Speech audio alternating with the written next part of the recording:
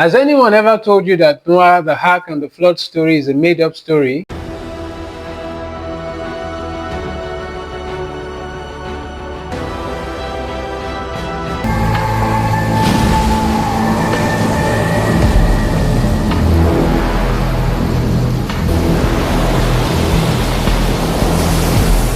So last week I came across this tweet.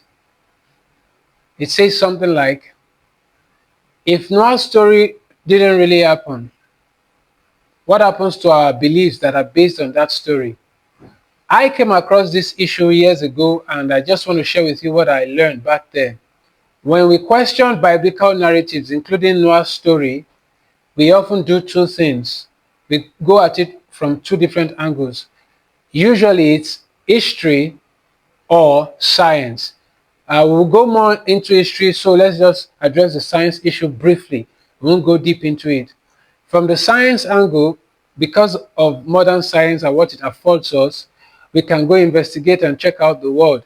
Are there any signs of whatever event from ancient stories, if we can confirm that they actually happened? And so people have checked around the globe to see if there is any sign of a past worldwide flood.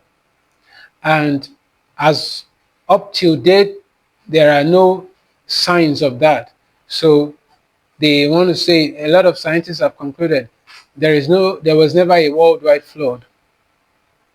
The simple response to such ideology is basically to say, let's remind ourselves that whatever science concludes is provisional. Science always changes. There were things science claimed 100 years ago that it no longer claims today. It's improved its equipment, it's done better research, and it's reached different conclusions. And interestingly, a lot of scientific conclusions that questioned the Bible in the past have turned around to affirm, oh, maybe the Bible was right when it said this. So that's one response I want to give to the scientific issue. But there's this other angle of, let's always watch our bias. Whatever we're doing, whether we're doing the science or the history, bias influences what conclusion we reach. So I want us to be careful. People who already believe what the Bible says, it's very easy for us to try to prove that science confirms the Bible, even when we haven't done enough research or we've not gotten enough evidence. Likewise, for those who already have issues with the Bible, they can easily dismiss what evidence there is that might lend itself to the biblical stories. So let's watch against our bias. And the bias actually plays into the other way people come across, people try to challenge the biblical stories, including the story about Noah. So I want us to look into that a little. So when it comes to history, mainly we are talking about archaeology, to be precise, which is also itself a form of science. So today, people are able to dig around the world nowadays to investigate ancient civilization to find out what was. And people have been doing that also. And one of the things they found as a result of their archaeological digging around is that the many Bible stories are not unique to the Bible. The stories about creation, stories about the flood, those are not unique to the Bible. Many cultures that surrounded ancient Israel told similar stories, but there were always differences. But before we talk about the differences, the similarities, the fact that other cultures surrounding ancient Israel told similar stories, is one reason some people have concluded, oh, then the events of the flood could never have been real. It was all made up, since everybody told stories like that. But let's stop for a minute. Is that the right conclusion to reach? We have done our findings. We see that other cultures tell similar story, and the conclusion is to say then it was never an event that happened.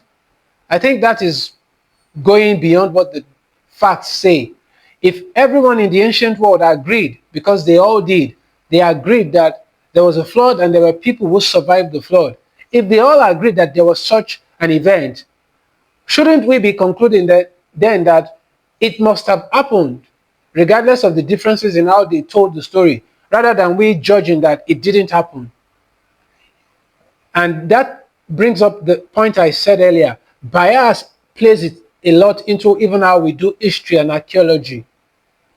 If you're finding out that almost everyone in the ancient world agreed that there was a flood and there were people who survived it, and your conclusion is to say, no, it's all made up because everybody told similar stories, I think you're not being honest, you're not being genuine. Anybody who thinks that have some bias, a negative bias that is clouding their judgment.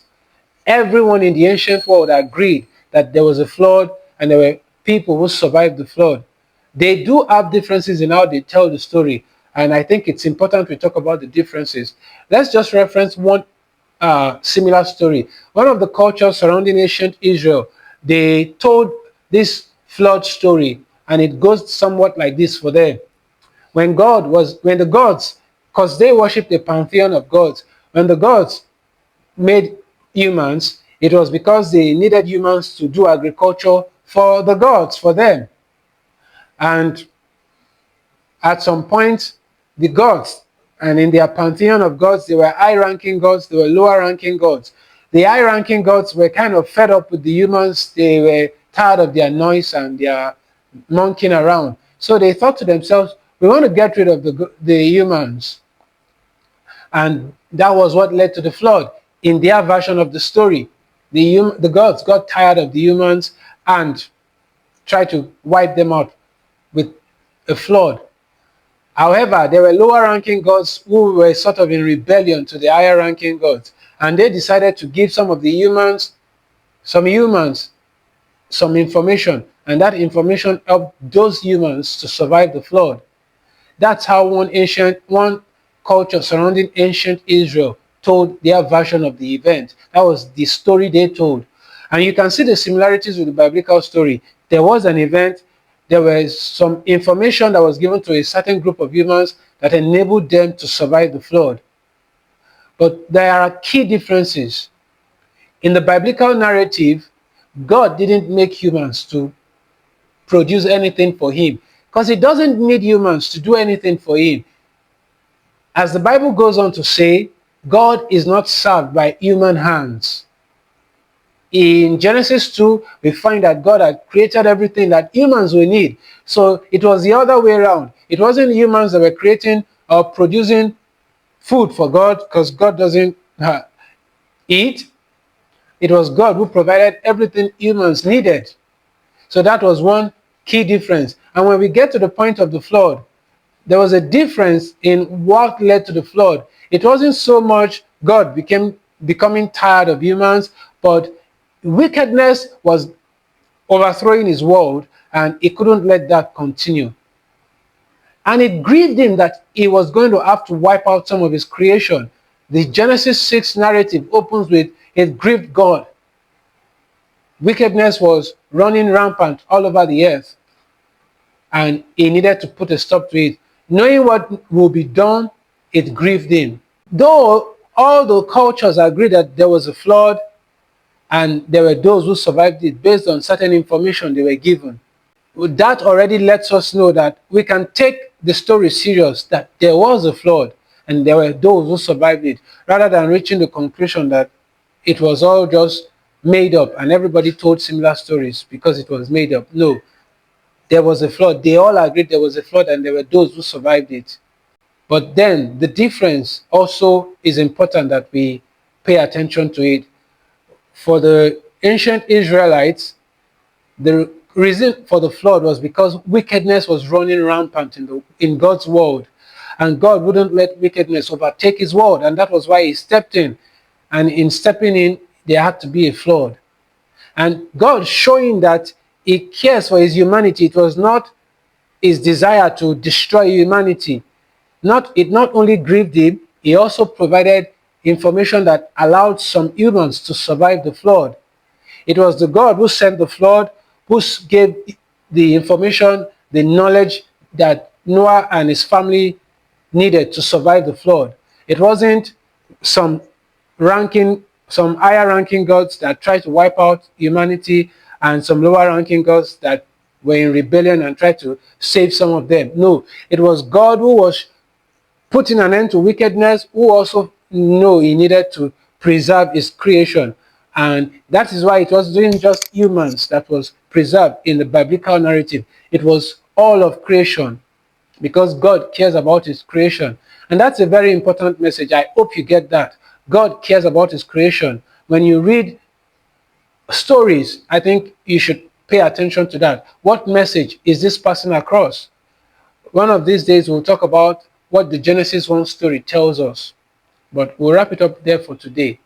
I hope you've been blessed. Have a wonderful day.